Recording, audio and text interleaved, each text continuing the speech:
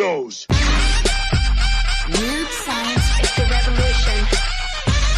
Weird science is the revolution. Hello, everybody, and welcome back to the Weird Science Comics YouTube channel, where I'm going to continue our news program. And I do apologize for being a day late with this. It was because I ended up starting it out with the Matthew Rosenberg talking about the pregnant Joker story, and that got way, way too long with me rambling on like Robert Plant back in the day, and I ended up not wanting to put a huge news program, so I used that as a little bit of a little news nugget, and now we'll be back here with the full news show, and we're going to start with DC, and DC ends up having just one little story here, and it's not really a story. What I'm going to tell you is this is more of me, kind of doing some PR work for DC, because they are horrible with that. And that may be the story itself. DC bad at PR. Oh my goodness gracious, because they are. But the solicits just came out this past week, and I wanted to point something out that many people didn't seem to be aware of as we go through a little bit of a news story here. Green Arrow and Superboy's new era begins. Batman is framed for murder in DC's April 2023 solicits. Dawn of DC event kicks into full gear as Joshua Williamson and Sean Izaki's new Green Arrow series officially launches on April 25th.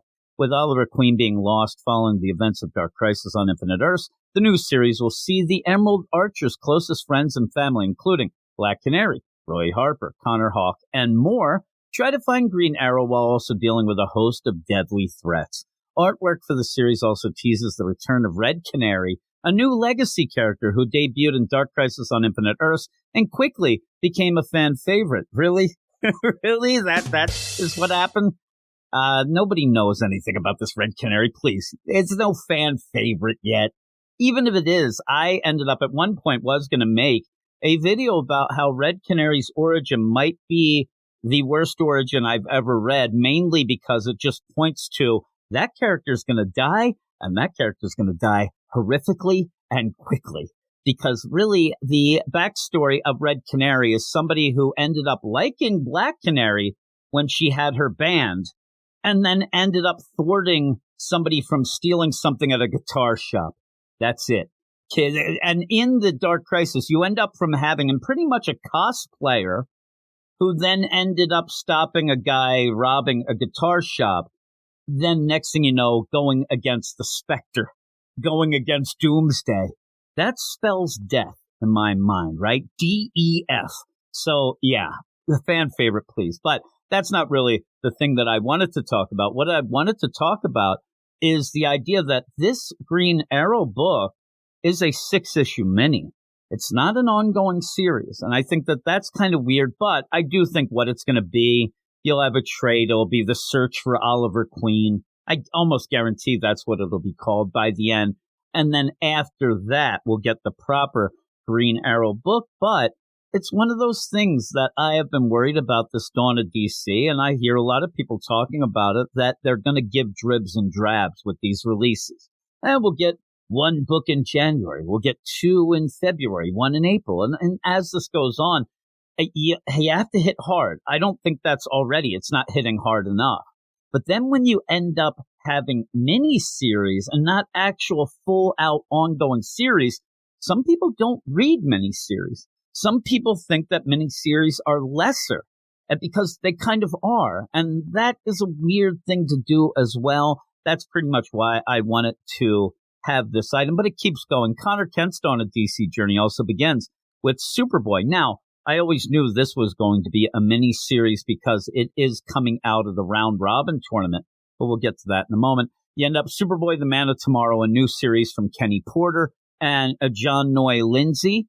Having won the 2022 Round Robin tournament, the 6-issue miniseries follows Connor as he tries to find his place in the DC universe following his time spent with Young Justice and Brian Michael Bendis. Oh, during Dark Crisis on Infinite Earths, so even worse, with Megan Fitzmartin. Right? I mean, Connor, everybody wanted him back. Boy, he's had a rough road with these creators that end up being able to write him. I mean, holy moly. But again, this was the Round Robin tournament. And there was a bunch of other books involved, obviously. So does this get you excited for Dawn of DC? Oh, the new thing. oh, wait, one of the books of the new thing is something from last year's round robin tournament that really wasn't a part of this in the beginning. Oh, well, but people do like Connor, and I do think that Kenny Porter will do a lot better job. And I'm talking like a lot better job than, say, a Megan Fitzmartin, who, I mean, really, if you think about it, and if you did read the Dark Crisis Young Justice, God forbid, but if you had, like I had, Connor just kind of sleepwalked through that one. He really didn't do much at all anyway. So here we go. We'll get a proper mini. Hopefully it'll be popular enough. The sales will then dictate an ongoing, or at least having more and more Connor presence, maybe getting a proper Young Justice book, not written by Megan Fitzmartin. That would be great, right? Meanwhile, Bruce Wayne is about to be framed for murder in Batman Superman World's Finest, number 14 by Mark Waid and Dan Mora. That's fine, but we've seen that before. I hope that there's some twist to it, which Mark Waid's been doing a really good job of giving the twists to things. The issue solicitation reveals Simon Stagg. Oh, that Simon Stagg has been killed. And Batman has somehow become the number one suspect, thus forcing a team of heroes to find the true murderer before they strike again. I think that they should end up calling Christopher Chance Human Target, get Tom King on this, and then somehow, Guy Gardner will die again. Right? But he won't be dead, but he will be. There you go. But yeah, that is it for the DC stuff. DC doesn't really announce a lot of things. There's not a ton of news. Most of DC's news, in my mind, is reactionary news to something they screwed up. And so you end up having the news story as they're screw up and going. Marvel, at least they will announce a lot of things. Whether they're good or bad, they still will do that, and that's where we're going to go to now. Marvel news. Marvel reveals its new Avengers relaunch lineup and creative team. Marvel has finally unveiled its new Avengers creative team of writer Jed MacKay and artist C.F. Avila, as well as the new Avengers lineup itself. And I do like Jed MacKay. I saw some people saying, boy, I really hope that Jed MacKay being on the Avengers doesn't lessen the quality of, say, a Moon Knight. Which, he's already on the Doctor Strange deal, and it will become Doctor Strange coming up. It'll continue doing that as well. And I'm telling you right now, and I'll be doing the reviews, and I have done reviews of the Moon Knight series. It's a solid series. It's a good series. I don't think it's a great series, and I do think it's been meandering a bunch. So if you end up thinking, oh my God, he's going to start meandering in that Moon Knight deal, what have you been doing or watching up until now? What you really could, if you do love Moon Knight and you do like Jed MacKay's version of it, I think that the big fear is just that they're going to pull him off that book if he needs more time because of the Avengers. That would be the fear. I just hope that maybe he kind of gets the pedal to the metal on that Moon Knight stuff. I did not enjoy Tudor and the Structure as any sort of villain with their pyramid schemes and their, I don't even know what they were doing. ShamWow presentations. The new Avengers team is led by Carol Danvers, Captain Marvel, which I'm sure will trigger a lot of people, and also includes Sam Wilson, Captain America, again, trigger warning, Vision, Scarlet Witch, Thor, T'Challa, Black Panther, and Iron Man. So you have those. It's that mix. It's a mix of deals having Scarlet Witch and Vision. That's kind of cool. I don't know in the present time, but that's kind of cool with all of that, and I'm looking forward to it. But you end up having some, quotes and some things that even Marvel released. Some of Marvel's greatest icons will assemble when they're gifted with knowledge of the tribulation events, a series of grand-scale disasters that will spark upheaval throughout the known universe, reads Marvel's announcement. So really, when you announce it, you're announcing something that really feels like an event in a time where we have 8 million events going on at this very moment. But don't say it's an event, just say it's this. Feels like an event to me, the tribulation events, okay. The star, the icon, the witch, the construct, the god, the engineer, the candlestick maker, the king, reads the official description of May's Avengers #1. I love that I'm such a dummy. I sit there. The star, well, that must mean Scarlet Witch, right? The icon, okay, well, that's Thor. The god, okay, I'm already wrong. And then at the end, it would be funny. And the former drunk. We know that is obviously T'Challa. Black Panther, right? Oh, but yes, they're playing their games. And then it even continues more. The world is ever in peril. A new team of Avengers mobilized to meet any dangers that dare threaten the planet, the press release continues. But when Terminus attacks, a new and insidious danger rears its head, or heads its rear. One of the Avengers known all too well, and one that comes to them in the most dangerous of guises, that of a friend. I don't know if that's the most dangerous guise.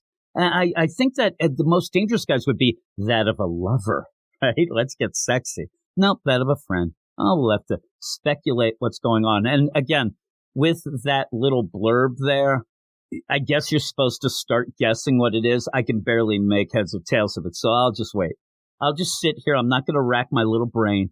I'll just wait until it goes on sale on May 17th. See, that's how you transition through things. The next story is something that comes at us with a vengeance. It does. Danny Ketch returns with a vengeance in new Ghost Rider series.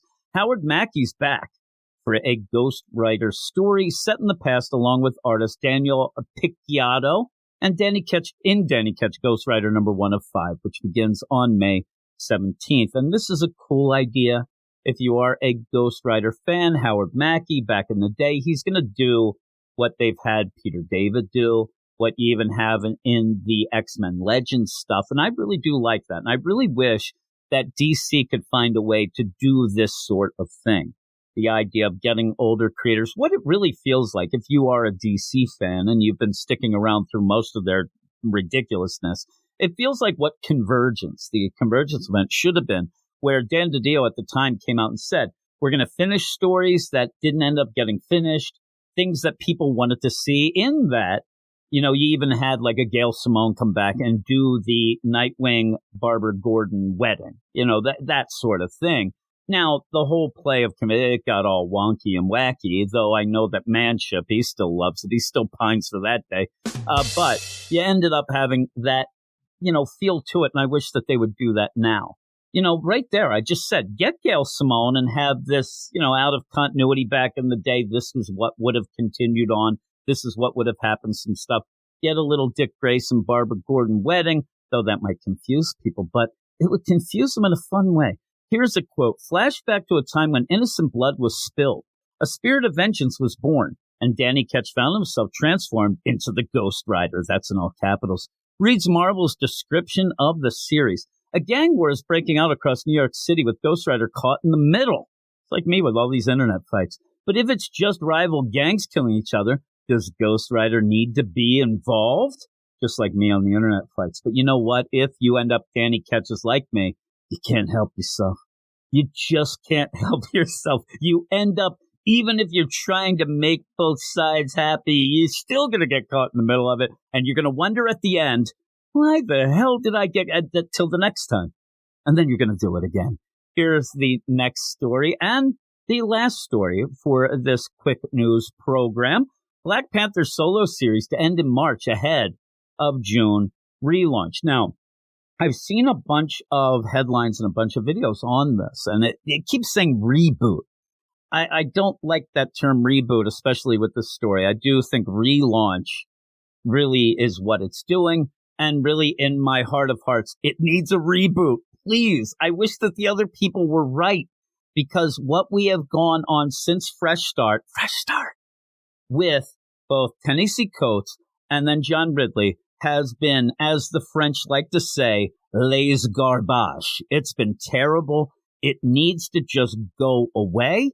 And when you see what's happening here, and you get Eve Ewing, who is going to be jumping on to Black Panther, and she will go on saying, I'm not going to reboot things. I'm still going to honor all that great stuff that we had before. Not in this interview, but in another one, she even really praises Ta-Nehisi Coates as her mentor. And I just want to start with that, because the idea that you're saying, oh my God, I'm on this Black Panther book. The one that Ta-Nehisi Coates really bored the crap out of everybody with for years and isn't really a comic book writer, but more an essayist. Yeah, he's my comic book mentor. Please stop. Don't say that. Where is her agent to jump in, right? Agent needs to jump in like, time out. Ixnay on the N.A.C. Coates' days. Right? Is that Pig Latin? I don't know.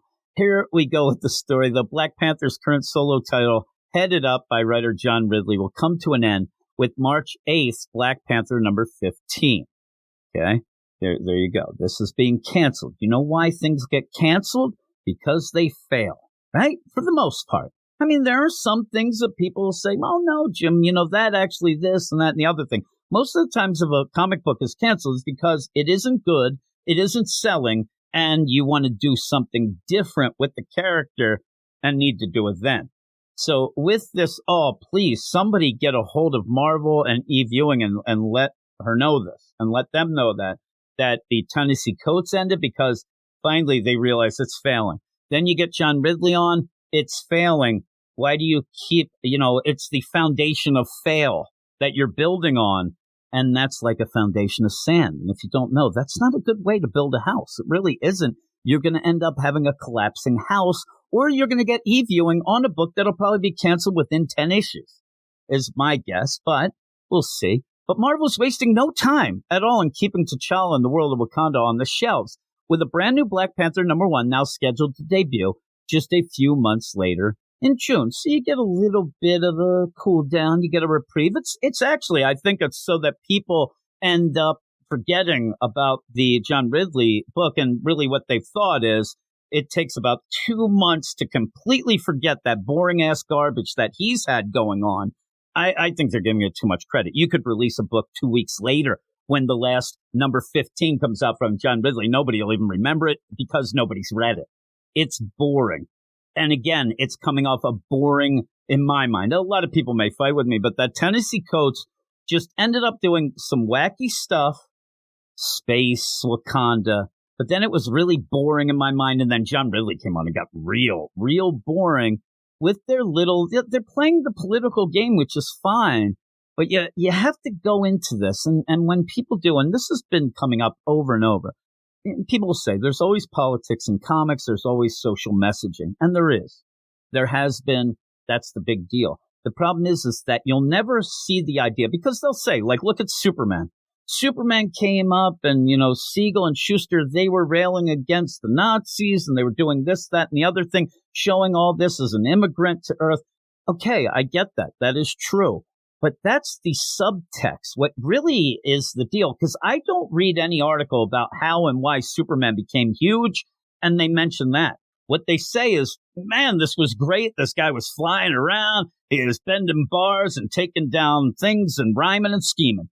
It was all about what Superman was doing and all the fun that the comic book was having. And then you slip in your message that's subtle. But after a while, as people start looking into it and taking it a little more seriously, they realize, oh, my God, all that time you were showing me, and you were showing me through Superman that I should be nice to people, that I should end up accepting people. Okay, that can't be the main focus, though.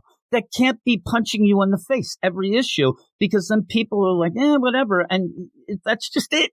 And that's how it's been. I don't even know what I'm talking about now. So they're wasting no time. We're going to have a new Black Panther #1. The new Black Panther title will be written by current Monaco Rambeau Photon writer Eve L. Ewing, with art by Chris Allen. And I know Eve Ewing, not personally.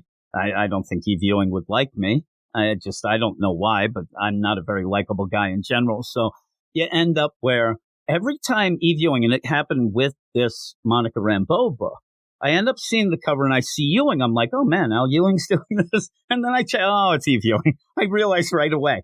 And I heard a lot of people talking about, well, Eve Ewing, she did a pretty good Ironheart book. I disagree. I thought it wasn't very good. And then I say that to the same people who say, hey, and then they'll come back with, well, but it wasn't really, really bad. So there's where we are. That is where we're going to say something's good because it really, really wasn't that bad. Bad like bad. I just thought it was bad. Then she ends up going and doing the Champions book. And pretty much it was great back then. All of the announcements to me were pretty much the idea of, hey there, fella kids. I'm writing I'm going to write that teen stuff that I really know, even though I'm mid-30s.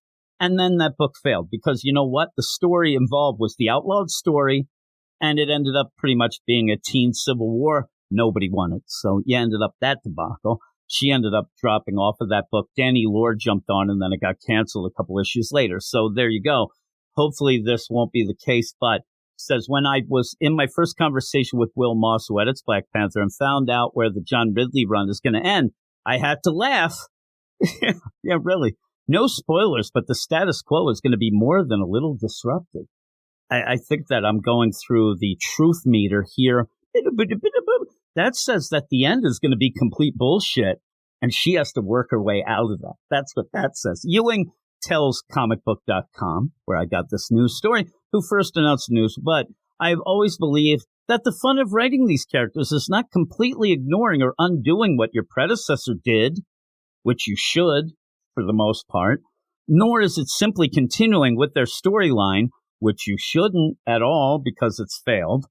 It's taking the reins from the place where they left the story and accepting the challenge to make it your own. She continues, in this case, I can say that I'm extremely geeked out about the ways we're picking up where he leaves off. Pretty much you're picking up. I would love it if it starts off, you see there's a cloud of smoke. Wait a minute, that's steam. Oh, wait, T'Challa's getting out of the shower.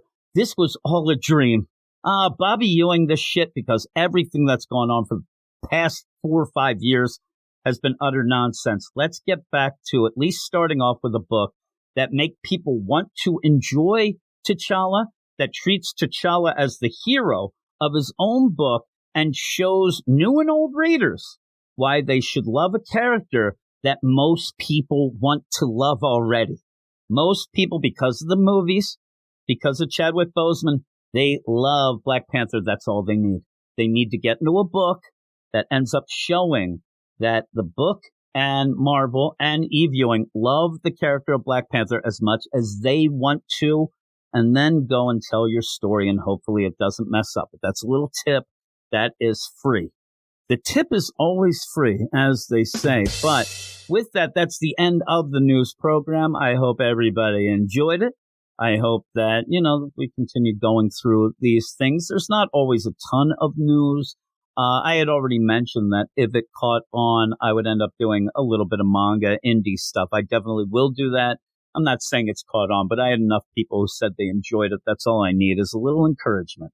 A little bit of encouragement goes a long way in life. I just want everybody to know that. As a father of 5, I realize that because of my past mistakes of not giving it. That's the problem. I'm now cats in the cradle, Jim Warner here, crying myself to sleep because I didn't give enough encouragement to my kids. Also, I didn't drink enough water back in the day. That's another little tip, but that's beside the point because we're done.